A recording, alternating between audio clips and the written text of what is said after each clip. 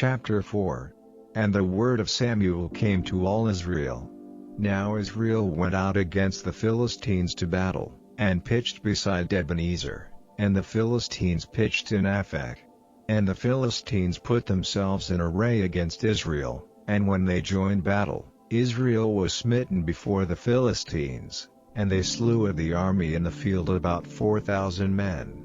And when the people were come into the camp, the elders of Israel said, Wherefore hath the Lord smitten us today before the Philistines? Let us fetch the ark of the covenant of the Lord out of Shiloh unto us, that, when it cometh among us, it may save us out of the hand of our enemies. So the people sent to Shiloh, that they might bring from thence the ark of the covenant of the Lord of hosts, which dwelleth between the cherubims, and the two sons of Eli, Hophni, and Phinehas, were there with the ark of the covenant of God. And when the ark of the covenant of the Lord came into the camp, all Israel shouted with a great shout, so that the earth rang again. And when the Philistines heard the noise of the shout, they said, What meaneth the noise of this great shout in the camp of the Hebrews? And they understood that the ark of the Lord was come into the camp. And the Philistines were afraid, for they said, God is come into the camp. And they said, Woe unto us! For there hath not been such a thing heretofore. Woe unto us! Who shall deliver us out of the hand of these mighty gods? These are the gods that smote the Egyptians with all the plagues in the wilderness. Be strong, and quit yourselves like men, O ye Philistines, that ye be not servants unto the Hebrews, as they have been to you. Quit yourselves like men, and fight. And the Philistines fought, and Israel was smitten, and they fled every man into his tent, and there was a very great slaughter, for there fell of Israel 30,000 footmen, and the ark of God was taken, and the two sons of Eli, Hophni, and Phinehas, were slain. And there ran a man of Benjamin out of the army, and came to Shiloh the same day with his clothes rent, and with earth upon his head. And when he came, lo, Eli sat upon a seat by the wayside watching, for his heart trembled for the ark of God. And when the man came into the city, and told it, all the city cried out. And when Eli heard the noise of the crying, he said, What meaneth the noise of this tumult? And the man came in hastily, and told Eli. Now Eli was 98 years old, and his eyes were dim, that he could not see. And the man said unto Eli, I am he that came out of the army, and I fled today out of the army. And he said, What is there done, my son? And the messenger answered and said, Israel is fled before the Philistines, and there hath been also a great slaughter among the people, and thy two sons also, Hophni and Phinehas, are dead, and the ark of God is taken. And it came to pass, when he made mention of the ark of God, that he fell from off the seat backward by the side of the gate, and his neck brake, and he died. For he was an old man, and heavy. And he had judged Israel 40 years, and his daughter-in-law, Phinehas' wife, was with child, near to be delivered. And when she heard the tidings that the ark of God was taken, and that her father-in-law and her husband were dead, she bowed herself and travailed, for her pains came upon her. And about the time of her death the women that stood by her said unto her, Fear not, for thou hast borne a son. But she answered not, neither did she regard it. And she named the child Ishabod, saying, The glory is departed from Israel, because the ark of God was taken, and because of her father-in-law and her husband. And she said, The glory is departed from Israel, for the ark of God is taken. Chapter 5. And the Philistines took the ark of God, and brought it from Ebenezer unto Ashdod. When the Philistines took the ark of God, they brought it into the house of Dagon, and set it by Dagon. And when they of Ashdod rose early on the morrow, behold, Dagon was fallen upon his face to the earth before the ark of the Lord. And they took Dagon, and set him in his place again. And when they arose early on the morrow morning, behold, Dagon was fallen upon his face to the ground before the ark of the Lord, and the head of Dagon and both the palms of his hands were cut off upon the threshold, only the stump of Dagon was left to him. Therefore neither the priests of Dagon, nor any that come into Dagon's house, tread on the threshold of Dagon in Ashdod unto this day. But the hand of the Lord was heavy upon them of Ashdod, and he destroyed them, and smote them with emerods, even Ashdod and the coasts thereof. And when the men of Ashdod saw that it was so, they said, The ark of the God of Israel shall not abide with us, for his hand is sore upon us, and upon Dagon our God. They sent therefore and gathered all the lords of the Philistines unto them, and said, What shall we do with the ark of the God of Israel? And they answered, Let the ark of the God of Israel be carried about unto Gath. And they carried the ark of the God of Israel about thither. And it was so, that, after they had carried it about, the hand of the Lord was against the city with a very great destruction, and he smote the men of the city, both small and great, and they had emerods in their secret parts. Therefore they sent the ark of God to Ekron. And it came to pass, as the ark of God came to Ekron, that the Ekronites cried out, saying, They have brought about the ark of the God of Israel to us, to slay us and our people. So they sent and gathered together all the lords of the Philistines, and said, Send away the ark of the God of Israel, and let it go again to his own place, that it slay us not, and our people, for there was a deadly destruction throughout all the city, the hand of God was very heavy there. And the men that died not were smitten with the emerods, and the cry of the city went up to heaven.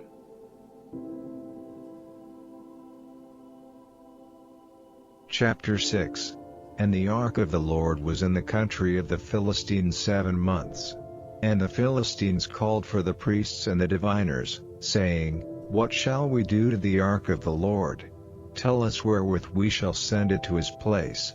And they said, If ye send away the ark of the God of Israel, send it not empty, but in any wise return him a trespass offering, then ye shall be healed, and it shall be known to you why his hand is not removed from you. Then said they, What shall be the trespass offering which we shall return to him?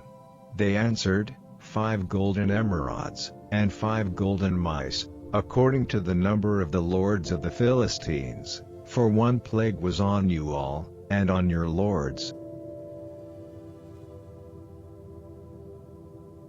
Wherefore ye shall make images of your emerods, and images of your mice that mar the land, and ye shall give glory unto the God of Israel. Peradventure he will lighten his hand from off you, and from off your gods, and from off your land.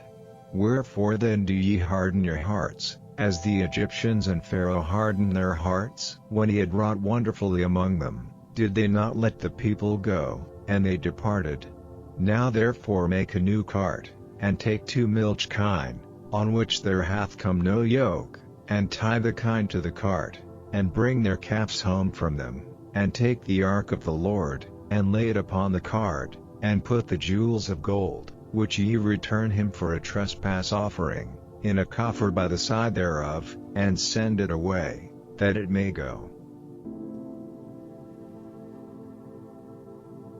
And see, if it goeth up by the way of his own coast to Bethshemesh, then he hath done us this great evil, but if not, then we shall know that it is not his hand that smote us, it was a chance that happened to us. And the men did so, and took 2 milch kine, and tied them to the cart, and shut up their calves at home, and they laid the ark of the Lord upon the cart, and the coffer with the mice of gold and the images of their emerods. And the kine took the straight way to the way of Bethshemesh, and went along the highway, lowing as they went, and turned not aside to the right hand or to the left. And the lords of the Philistines went after them unto the border of Bethshemesh. And they of Beth Shemesh were reaping their wheat harvest in the valley, and they lifted up their eyes, and saw the ark, and rejoiced to see it. And the cart came into the field of Joshua, a Bethshemite, and stood there, where there was a great stone, and they clave the wood of the cart, and offered the kind of burnt offering unto the Lord. And the Levites took down the ark of the Lord, and the coffer that was with it, wherein the jewels of gold were, and put them on the great stone. And the men of Beth Shemesh offered burnt offerings and sacrificed sacrifices the same day unto the Lord. And when the 5 lords of the Philistines had seen it, they returned to Ekron the same day. And these are the golden emerods which the Philistines returned for a trespass offering unto the Lord, for Ashdod 1, for Gaza 1, for Askelon 1, for Gath 1, for Ekron 1. And the golden mice, according to the number of all the cities of the Philistines belonging to the 5 lords, both of fenced cities, and of country villages, even unto the great stone of Abel, whereon they set down the ark of the Lord, which stone remaineth unto this day in the field of Joshua, the Bethshemite.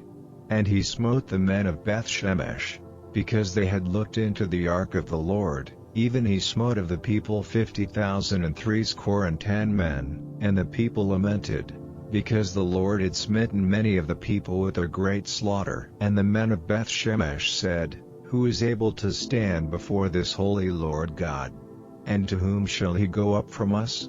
And they sent messengers to the inhabitants of Kirjath Jearim, saying, The Philistines have brought again the ark of the Lord, come ye down, and fetch it up to you.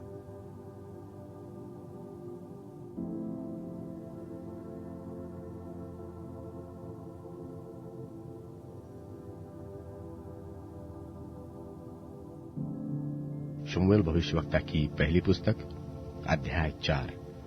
और शमूएल का वचन सारे इस्राएल के पास पहुंचा, और इस्राएली पलिश्तियों से युद्ध करने को निकले, और उन्होंने तो एबेनेजर के आसपास छावनी डाली, और पलिश्तियों ने आपेक में छावनी डाली। तब पलिश्तियों ने इस्राएल के विरुद्ध पांति बांधी, और जब घमासान युद्ध होने लगा, तब इस्राएली पलिश्तियों से हार गए, और उन्होंने कोई 4000 इस्राएली सेना के पुरुषों को मैदान ही में मार डाला। और जब वे लोग छावनी में लौट आए, तब इस्राएल के वृद्ध पुरुष कहने लगे कि यहोवा ने आज हमें पलिश्तियों से क्यों हरवा दिया है? आओ, हम यहोवा की वाचा का संदूक शीलो से मांग ले आए, कि वह हमारे बीच में आकर हमें शत्रुओं के हाथ से बचाए। तब उन लोगों ने शीलो में भेजकर वहां से करूबों के ऊपर विराजने वाले सेनाओं के यहोवा की वाचा का संदूक मंगा लिया। और परमेश्वर की वाचा के संदूक के साथ एली के 2 पुत्र होप्नी और पिनहास भी वहां थे। जब यहोवा की वाचा का संदूक छावनी में पहुंचा, तब सारे इस्राएली इतने बल से ललकार उठे कि भूमि गुंज उठी।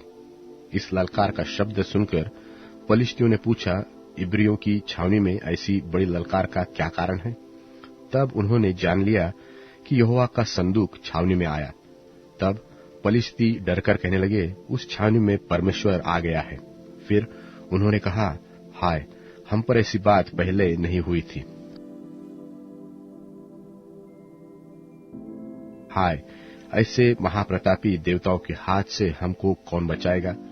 ये तो वे ही देवता है जिन्होंने मिस्रियों पर जंगल में सब प्रकार की विपत्तियां डाली थी। हे पलिश्तियों, तुम हियाव बांधो और पुरुषार्थ जगाओ। कहीं ऐसा न हो कि जैसे इब्री तुम्हारे अधीन हो गए, वैसे तुम भी उनके अधीन हो जाओ। पुरुषार्थ करके संग्राम करो। तब पलिश्ती लड़ाई के मैदान में टूट पड़े, और इस्राएली हारकर अपने अपने डेरे को भागने लगे। और ऐसा अत्यंत संहार हुआ कि 30,000 इस्राएली पैदल खेत आए, और परमेश्वर का संदूक छीन लिया गया। और एली के 2 पुत्र होप्नी और पिनहास भी मारे गए। तब एक बिन्यामीनी मनुष्य ने सेना में से दौड़कर उसी दिन अपने वस्त्र फाड़े और सिर पर मिट्टी डाले हुए शीलो में पहुंचा। वह जब पहुंचा उस समय एली, जिसका मन परमेश्वर के संदूक की चिंता से थरथरा रहा था, वह मार्ग के किनारे कुर्सी पर बैठा बाट जोह रहा था। और जो ही उस मनुष्य ने नगर में आकर वह समाचार दिया, त्यों ही सारा नगर चिल्ला उठा। चिल्लाने का शब्द सुनकर एली ने पूछा, ऐसे हुल्लड़ और हाहाकार मचाने का क्या कारण है? और उस मनुष्य ने झट जाकर एली को पूरा हाल सुनाया। एली तो 98 वर्ष का था और उसकी आंखें धुंधली पड़ गई थी और उसे कुछ सूझता न था। उस मनुष्य ने एली से कहा, मैं वही हूं जो सेना में से आया हूं, और मैं सेना से आज ही भाग आया। वह बोला, हे मेरे बेटे, क्या समाचार है? उसने समाचार देने वाले ने उत्तर दिया कि इस्राएली पलिश्तियों के सामने से भाग गए हैं और लोगों का बड़ा भयानक संहार भी हुआ है, और तेरे दोनों पुत्र होप्नी और पिनहास भी मारे गए, और परमेश्वर का संदूक भी छीन लिया गया है।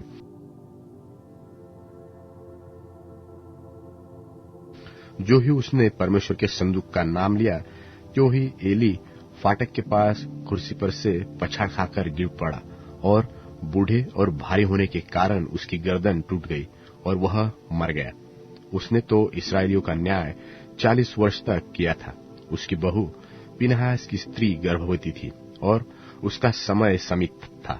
और जब उसने परमेश्वर के संदूक के छीन लिए जाने और अपने ससुर और पति के मरने का समाचार सुना, तब उसको जच्चा का दर्द उठा और वह दुहर गई, और उसके एक पुत्र हुआ। उसके मरते मरते उस स्त्रियों ने जो उसके आसपास खड़ी थी उससे कहा, मत डर, क्योंकि तेरे पुत्र उत्पन्न हुआ है। परंतु उसने कुछ उत्तर न दिया और न कुछ ध्यान दिया, और परमेश्वर के संदूक के छीन लिए जाने और अपने ससुर और पति के कारण उसने यह कहकर उस बालक का नाम इकाबोद रखा कि इस्राएल में से महिमा उठ गई। फिर उसने कहा, इस्राएल में से महिमा उठ गई है, क्योंकि परमेश्वर का संदूक छीन लिया गया है। शमूएल भविष्यवक्ता की पहली पुस्तक अध्याय 5। और पलिश्तियों ने परमेश्वर का संदूक एबेनेजर से उठाकर अशदोद में पहुंचा दिया। फिर पलिश्तियों ने परमेश्वर के संदूक को उठाकर दागोन के मंदिर में पहुंचाकर दागोन के पास धर दिया। विहान को अशदोदियों ने तड़के उठकर क्या देखा कि दागोन यहोवा के संदूक के सामने औंधे मुंह भूमि पर गिर पड़ा है। तब उन्होंने दागोन को उठाकर उसी के स्थान पर फिर खड़ा कर दिया। फिर बिहान को जब वे तड़के उठे, तब क्या देखा कि दागोन परमेश्वर के संदूक के सामने औंधे भूमि पर गिर पड़ा है, और दागोन का सिर और दोनों हथेलियां डेवढ़ी पर कटी हुई पड़ी है। निदान दागोन का केवल धड़ समूचा रह गया। इस कारण आज के दिन तक भी दागोन के पुजारी और जितने दागोन के मंदिर में जाते हैं, वे अशदोद में दागोन की देवड़ी पर पांव नहीं धरते। तब यहोवा का हाथ अशदोदियों के ऊपर भारी पड़ा और वह उन्हें नाश करने लगा, और उसने अशदोद और उसके आसपास के लोगों के गिल्टियां निकाली। यह हाल देखकर अशदोद के लोगों ने कहा, इस्राएल के देवता का संदूक हमारे मध्य रहने नहीं पाएगा, क्योंकि उसका हाथ हम पर और हमारे देवता दागोन पर कठोरता के साथ पड़ा है। तब उन्होंने पलिश्तियों के सब सरदारों को बुलवा भेजा और उनसे पूछा, हम इस्राएल के देवता के संदूक से क्या करें? वे बोले, इस्राएल के देवता का संदूक घुमाकर गत नगर में पहुंचाया जाए। तो उन्होंने इस्राएल के परमेश्वर के संदूक को घुमाकर गत में पहुंचा दिया। जब वे उसको घुमाकर वहां पहुंचे, तो यूं हुआ कि यहोवा का हाथ उस नगर के विरुद्ध ऐसा उठा कि उसमें अत्यंत बड़ी हलचल मच गई, और उसने छोटे से बड़े तक उस नगर के सब लोगों को मारा और उनके गिल्टियां निकलने लगी। तब उन्होंने परमेश्वर का संदूक एक्रोन को भेजा। जो ही परमेश्वर का संदूक एक्रोन में पहुंचा, त्यों ही एक्रोनी यह कहकर चिल्लाने लगे कि इस्राएल के देवता का संदूक घुमाकर हमारे पास इसलिए पहुंचाया गया है कि हम और हमारे लोगों को मरवा डाले। तब उन्होंने पलिश्तियों के सब सरदारों को इकट्ठा किया और उनसे कहा, इस्राएल के देवता के संदूक को निकाल दो। कि वह अपने स्थान पर लौट जाए और हमको और हमारे लोगों को मार डालने न पाए। उस समस्त नगर में तो मृत्यु के भय की हलचल मच रही थी और परमेश्वर का हाथ वहां बहुत भारी पड़ा था, और जो मनुष्य न मरे वे गिलटियों के मारे पड़े रहे, और नगर की चिल्लाहट आकाश तक पहुंची। शमूएल भविष्यवक्ता की पहली पुस्तक अध्याय 6। यहोवा का संदूक पलिश्तियों के देश में 7 महीने रहा। तब पलिश्तियों ने याजकों और भावी कहने वालों को बुलाकर पूछा कि यहोवा के संदूक से हम क्या करें? हमें बताओ कि क्या प्रायश्चित देकर हम उसे उसके स्थान पर भेजें। वे बोले, यदि तुम इस्राएल के देवता का संदूक वहां भेजो तो उसे वैसे ही न भेजना, उसकी हानि भरने के लिए अवश्य ही दोष बलि देना, तब तुम चंगे हो जाओगे और तुम जान लोगे कि उसका हाथ तुम पर से क्यों नहीं उठाया गया। उन्होंने पूछा, हम उसकी हानि भरने के लिए कौन सा दोष बलि दे? वे बोले, पलिश्ती सरदारों की गिनती के अनुसार सोने की 5 गिलटियां और सोने के 5 चूहे, क्योंकि तुम सब और तुम्हारे सरदार दोनों एक ही रोग से ग्रसित हो। तुम अपनी गिलटियों और अपने देश के नाश करने वाले चूहों की भी मूर्तें बनाकर इस्राएल के देवता की महिमा मानो। संभव है वह अपना हाथ तुम पर से और तुम्हारे देवताओं और अपने देश पर से उठा ले। तुम अपने मन में क्यों ऐसे हठीले करते हो कि जैसे मिस्रियों और फिरौन ने अपने मन हठीले कर दिए थे जब उसने उनके मध्य में अचंभित काम किए? तब क्या उन्होंने उन लोगों को जाने दिया और क्या वे चले न गए?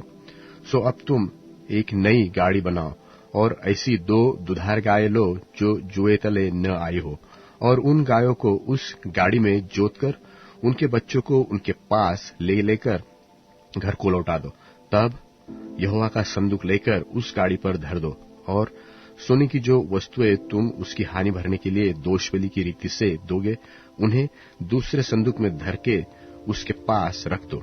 फिर उसे रवाना कर दो कि चली जाए,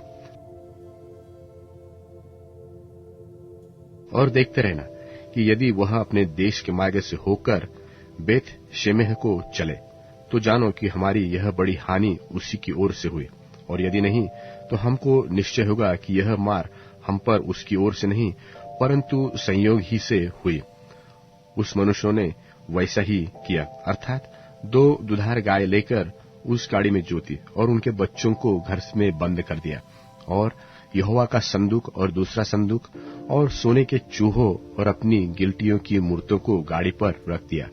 तब गायों ने बेत शेमेह का सीधा मार्ग लिया। वे सड़क की सड़क बम्बाती हुई चली गई और दाहिने मुड़ी न बाएं मुड़ी, और पलिश्तियों के सरदार उनके पीछे पीछे बेत शेमेह के सिवाने तक गए। और बेत शेमेह के लोग तराई में गेहूं काट रहे थे, और जब उन्होंने आंखें उठाकर संदूक को देखा तब उसके देखने से वे आनंदित हुए। और गाड़ी यहोशू नाम एक बेत शेमेही के खेत में जाकर वहां ठहर गई, जहां एक बड़ा पत्थर था। तब उन्होंने गाड़ी की लकड़ी को चीरा और गायों को होमबलि करके परमेश्वर के लिए चढ़ाया, और लेवियों ने यहोवा के संदूक को उस संदूक के समेत जो साथ था जिसमें सोने की वस्तुएं थी उतार के उस बड़े पत्थर पर धर दिया। और बेत शेमेह के लोगों ने उसी दिन यहोवा के लिए होमबलि और मेलबलि चढ़ाए। यह देखकर पलिश्तियों के 5 सरदार उसी दिन एक्रोन को लौट गए। सोने की गिलटियां जो पलिश्तियों ने परमेश्वर की हानि भरने के लिए दोष बलि करने के लिए दी थी, उनमें से एक तो अश्दोद की ओर से, एक अज्जा, एक अश्कलोन, एक गत और एक एक्रोन की ओर से दी गई थी। और वह सोने के चूहे क्या शहर पनाह वाले नगर, क्या बिना शहर पनाह के नगर, वरन जिस बड़े पत्थर पर यहोवा का संदूक धरा था, वहां पलिश्तियों के 5 सरदारों के अधिकार तक की सब बस्तियों की गिनती के अनुसार दिए गए। वह पत्थर तो आज तक बेत शेमेह ही यहोशू के खेत में है। फिर इस कारण से कि बेत शेमेह के लोगों ने यहोवा के संदूक के भीतर झांका था, उसने उनमें से 70 पुरुष और फिर 50,000 मनुष्य मार डाले। और वहां के लोगों ने इसलिए विलाप किया कि यहोवा ने लोगों का बड़ा ही संहार किया था। तब बेतशेमेह के लोग कहने लगे, इस पवित्र परमेश्वर यहोवा के सामने कौन खड़ा रह सकता है, और वह हमारे पास से किसके पास चला जाए। तब उन्होंने किर्त त्यारीम के निवासियों के पास यो कहने को दूत भेजे कि पलिश्तियों ने तो यहोवा का संदूक लौटा दिया है, इसलिए तुम आकर उसे अपने यहां ले जाओ।